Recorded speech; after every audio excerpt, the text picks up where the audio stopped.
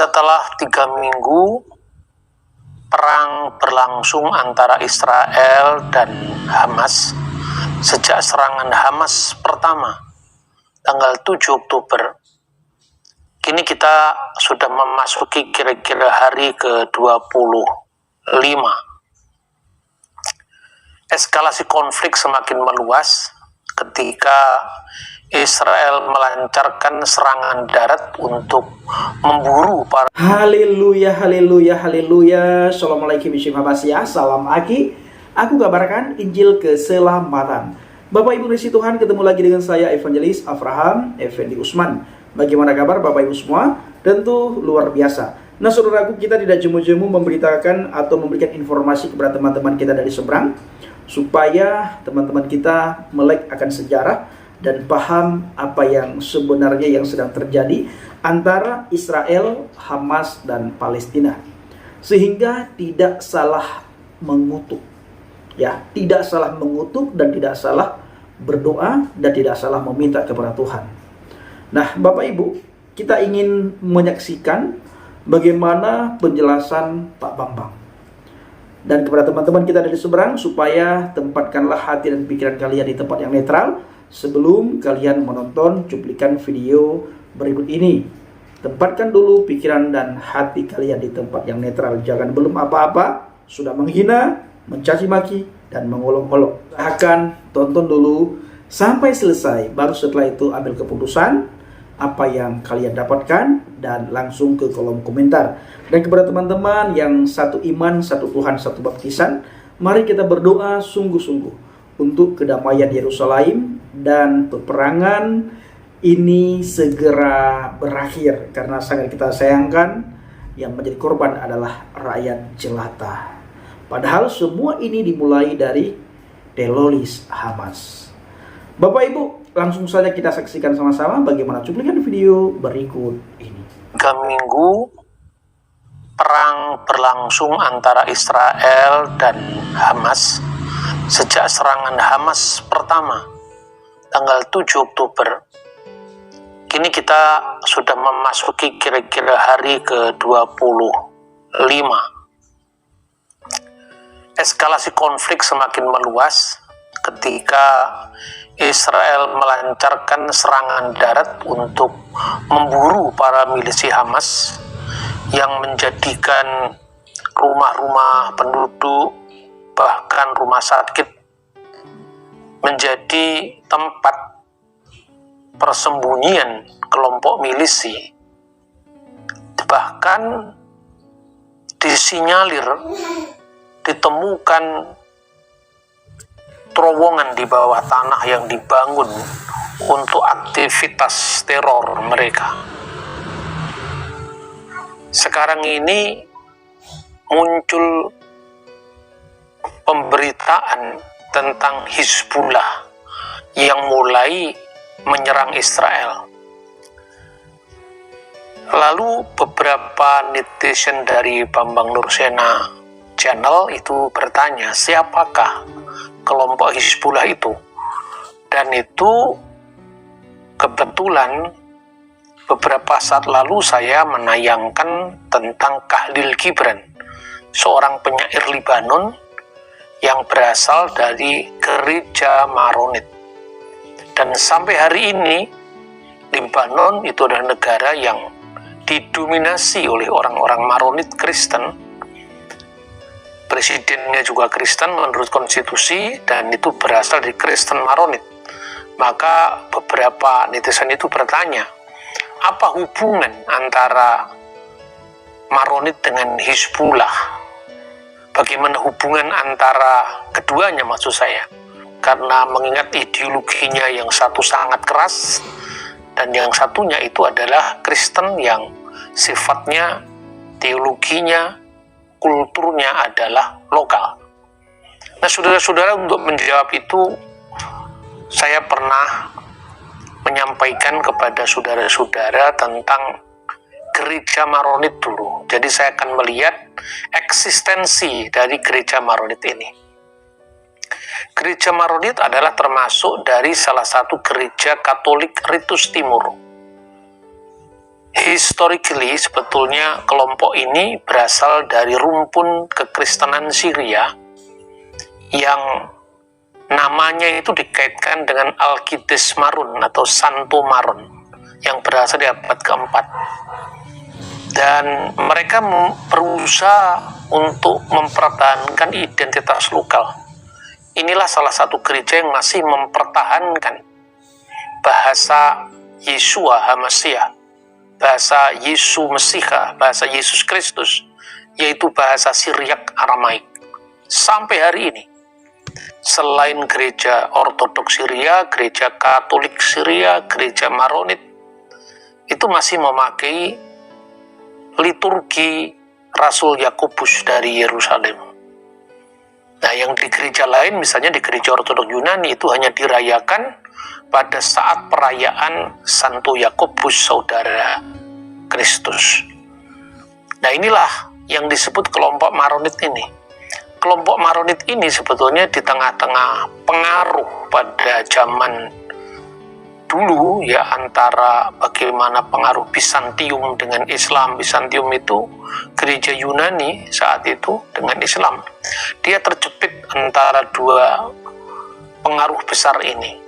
Di satu pihak, dia ingin menegaskan identitas lokalnya sebagai gereja Libanon, tapi di pihak lain, dia juga menolak ekspansi Islam.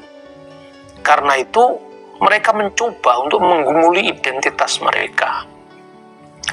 Pada waktu pasukan Islam, mereka juga pernah hampir ditaklukkan, tapi karena mereka menjalin hubungan dengan Barat, khususnya setelah Perang Salib, maka kemudian lewat Perancis, orang-orang Maronit ini sangat berkeinginan mendirikan sebuah negara bagi orang-orang Libanon Kristen, dan pada tahun 1922 terwujudlah cita-cita itu. Makanya Lebanon itu didominasi oleh orang-orang Kristen Maronit, sekalipun di dalamnya tentu ada kelompok Islam Sunni, kelompok Islam Syiah, kelompok Drus, dan pada akhirnya populasi antara penduduk Kristen Maronit, Kristen yang lain dengan Islam, baik Sunni maupun Syiah, itu akhirnya berimbang. Nah, saudara-saudara, dalam teologinya, Kristen Maronit ini sebetulnya dulu juga pernah dipengaruhi oleh sebuah rumusan kristologi setelah Konsili Kalsedon, yaitu yang disebut monotelitisme. Monotelitisme itu satu aliran kristologi di mana mono artinya satu, telin itu artinya kehendak. Jadi Kristus hanya memiliki satu kehendak, yaitu kehendak ilahi. Dan ini tentu secara teologis dianggap menyimpang. Karena itu kemudian melalui gereja Katolik, setelah gabungnya gereja Maronit ini di bawah gereja Katolik, kemudian didirikanlah seminari Maronit. Akhirnya mereka kristologinya mengikuti kristologi gereja arus utama, yaitu gereja Kalsedonia, karena di bawah gereja Katolik. Artinya patriark gereja Maronit ini mengakui Paus sebagai pemimpin universal gereja, sekalipun gereja Katolik melalui dokumen-dokumennya di Vatikan II tetap harus memelihara kekhasan dari gereja-gereja lokal, karena melalui gereja-gereja ini diakui bahwa melalui kekristenan Timur Tuhan telah memberikan warisan kepada gereja semesta, yaitu tradisi rasuli yang tidak pernah putus dari zaman para rasul hingga gereja sekarang ini. Nah, yang menarik saudara-saudara, dalam pergumulan nasionalisme, di satu pihak ketika ada beberapa penduduk yang dominan di Lebanon, yang pertama adalah Maronit, yang kedua adalah Kristen yang lain, misalnya Kristen Ortodoks Yunani, kemudian Islam Sunni, Islam Syiah, dan satunya sebuah agama lokal yaitu agama Druze yang merupakan sinkretisme dari Islam dan agama-agama lain. Ini merumuskan bersama identitas mereka sebagai orang Libanon. Kelompok Maronit ini menarik, karena di satu pihak mereka itu memiliki identitas lokal mereka, yaitu orang Libanon. Kalau kita membaca Alkitab, Tirus Sidon itu adalah wilayah Libanon. Jadi mereka bukan termasuk bangsa Arab. Tetapi menariknya, ketika munculnya gerakan nasionalisme Arab, ada banyak orang-orang Syria, Kristen, yang menjadi pionir dari nasionalisme Arab ini. Misalnya Butros al-Bustami dari Syria, bahkan pendiri Partai Ba'ath, Partai Sosialis Arab. Partai inilah yang kemudian mensukseskan Saddam Hussein sebagai presiden Irak saat itu, yaitu Hizbul Ba'ath al-Arabi al-Istiraki. Jadi Partai Sosialis Arab Ba'ath. Ini namanya Mikhail Aflaq, juga adalah seorang Kristiani. Karena itu apa? Ketika itu munculnya nasionalisme Arab itu menghadapi hegemoni dari Turki Utsmani, yaitu kekhalifahan Turki. Makanya orang-orang Kristen ini merasa diri sebagai orang Arab, dan salah satu kredo mereka yang terkenal itu adalah apa? Mereka mengucapkan Anal Arabi qoblal Islam. Saya adalah orang Arab sebelum zaman Islam. Mereka merumuskan karena ada banyak inskripsi pra-Islam yang berasal dari gereja, dan itu berbahasa Arab sebelum bahkan kelahiran Nabi Muhammad. Misalnya prasasti Jabat yang diawali dari kata-kata Bismillah, demi nama Tuhan. Manaf wahani Barman al-Khois misalnya. Manaf dan Hani putra Mar al-Khois. Prasasti Umul Jimal yang pertama, Umul Jimal yang kedua, prasasti Haran. Maka tidak heran kalau orang-orang ini mendaku atau mengklaim bahwa kami sudah menjadi Arab sebelum ajaran Islam. Dan ketika identitas Arab itu kemudian disatukan dengan agama Islam, maka mereka juga punya kredo lain yang berbunyi ad-dinu lillah wal watonu lil jami'. Agama itu untuk Allah, artinya urusan privat, privacy, urusan yang disebut ranah privat, forum internum, yang harus dibedakan dengan wal waton dan tanah air lil jamiah, itu untuk semua. Nah, inilah kira-kira peran orang-orang Kristen Syria dalam kebangkitan nasionalisme Arab. Karena itu orang Maronit itu dalam identitasnya mereka gampang antara nasionalisme Arab, apakah dia harus merumuskan identitas lokal mereka sebagai orang Libanon. Nah, inilah yang nantinya melatar belakangi bagaimana ketika terjadinya perang Lebanon tahun 1975, lalu terakhir itu pada tahun 2017-an misalnya, ketika mereka juga berada dalam kesulitan pilihan karena satu pihak dia lebih dekat dengan Islam Sunni, karena kelompok Maronit ini lebih dekat ke Irak karena latar belakang tadi, misalnya latar belakang ideologis sebagai pendukung mula-mula dari nasionalisme Arab pada zamannya Saddam Hussein, tentu karena ketika Partai Sosialis Arab ini menang. Tapi di pihak lain juga muncul gerakan baru yang dikenal dengan gerakan Hizbullah, dan gerakan Hizbullah itu artinya tentara Allah. Ini berasal dari milisi-milisi ekstrim kelompok Syiah. Yang pertama anti Barat, dan yang kedua adalah anti Israel. Karena itu kalau setiap kali konflik Hamas dengan Israel, mereka selalu menyerang Israel karena memang ideologinya dari awal itu adalah anti Barat dan anti Israel. Lalu bagaimana dengan kaum Maronit? Kaum Maronit itu memiliki hubungan yang kadang-kadang mendekat ke Hizbullah, tapi kadang-kadang juga menjauh. Saya melihat ada tren seperti ini yang saya catat ya, itu orang-orang Maronit yang berpandangan positif terhadap Hizbullah itu mencapai 45%. Tetapi pada tahun 2019 itu turun menjadi 33%. Kemudian pada tahun 2017 sebaliknya, yang berpandangan negatif itu hanya 55%, tapi meningkat menjadi 67% tahun 2019. Nah, pertanyaan yang penting, bagaimana kira-kira posisi orang Maronit terhadap negara Israel? Nah, itu juga sejarahnya cukup menarik ya.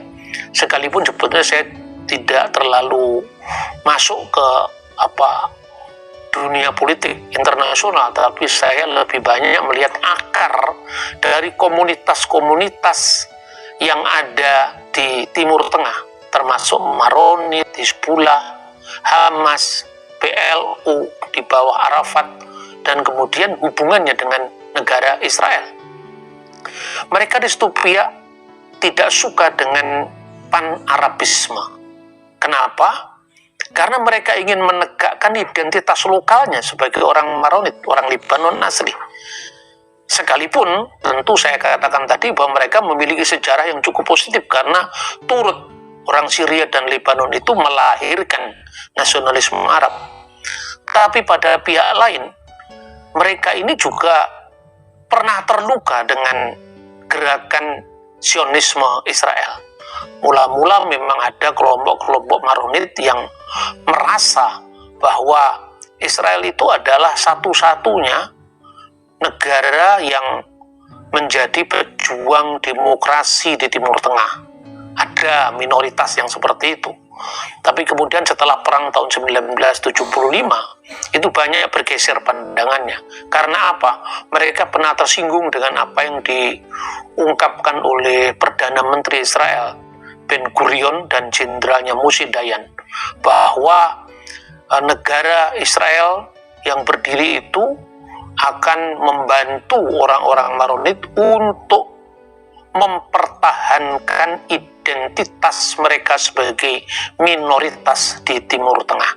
Tetapi sebetulnya situasi geopolitik saat itu, karena negara Israel itu dikeroyok oleh negara-negara Arab yang tidak terima bahwa ada negara Yahudi di situ. Padahal secara pasca Perang Dunia Pertama, itu karena orang-orang Arab yang tinggal di Palestina yang banyak sekali dihidupkan, disemangati oleh nasionalisme Arab tadi, itu membantu Inggris dalam perjuangan mereka melawan, katakanlah, rezim dari Turki Utsmani itu. Karena digerakkan oleh nasionalisme Arab melawan monarki apapun alasannya tentang Utsmaniyah tadi. Jadi orang-orang Arab Palestina, karena Palestina waktu itu adalah salah satu provinsi dari wilayah Turki Utsmani, dan tidak pernah ada negara Palestina waktu itu ya. Sebaliknya juga orang-orang Zionis, dia datang dari seluruh dunia. Bayangkan ketika mereka terusir dari Yerusalem oleh Kaisar Hadrianus pasca gagalnya pemberontakan Simon Bar Kokhba, mereka selalu berdoa. Setiap Paskah tiba, mereka selalu mengucapkan, hari ini kita di sini, tahun depan di Yerusalem. Ungkapan lisana haba'ah Yerusalem, lisana haba'ah Yerusalem itu bergema selama 2000 tahun. Dan ketika ada kesempatan di mana orang-orang Israel itu selalu tertindas, terlunta-lunta di negara-negara di mana mereka berdiaspora, tapi mereka berhasil dalam ekonomi, sehingga banyak sekali tuan-tuan tanah di wilayah Turki itu yang menjual tanah mereka kepada imigran-imigran Yahudi yang hampir 2000 tahun di berbagai macam penjuru dunia itu.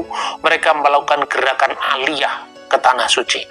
Gerakan Aliyah itu kadang-kadang mereka membeli tempat-tempat yang berawa-rawa, lalu mereka tanami pohon minyak kayu putih untuk mengusir nyamuk malaria ketika itu, sampai ketika Perang Dunia Pertama ada kesempatan, mereka membela musuhnya Turki yang bergabung dengan Jerman saat itu, dan Perang Dunia Pertama dimenangkan oleh Inggris dan Amerika.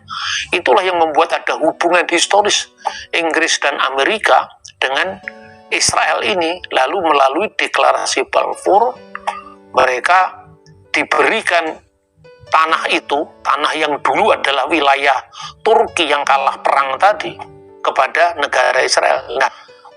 Nah, orang-orang Arab yang juga merasa turut andil berjuang berdasarkan nasionalisme Arab tadi, kenapa kami tidak diberi tempat juga? Maka lahirlah yang namanya Komisi Lotville tahun 1937, di mana ada dua negara dalam koeksistensi damai di wilayah yang disebut Tanah Suci atau Holy Land. Tahun 48 kemudian Lembaga Perserikatan Bangsa-Bangsa itu menyetujui itu, opsi dua negara itu, tapi karena orang Palestina tidak menggunakan itu, maka Israel terlebih dahulu memproklamirkan kemerdekaannya berdasarkan resolusi yang disepakati oleh Perserikatan Bangsa-Bangsa. Itulah menjadi akar konflik yang sampai sekarang belum. Saudara dikasih Tuhan, para pencinta Injil Habaget, bagaimana tanggapan Bapak Ibu semua setelah kita sama-sama mendengar penjelasan daripada Bapak Bambang Nurusena? Kiranya video ini benar-benar menjadi berkat bagi kita semuanya, dan mari kita pergunakan komentar kita dengan bijak. Terima kasih. Assalamualaikum Bishim Mabasiyah, salam Aki. Aku kabarkan Injil keselamatan. Bapak Yahweh Bishim Adonai Yeshua Hamasiyah, Waruah Kodes memberkati kita semua. Haleluya, amin, salam murtadin. Terima kasih.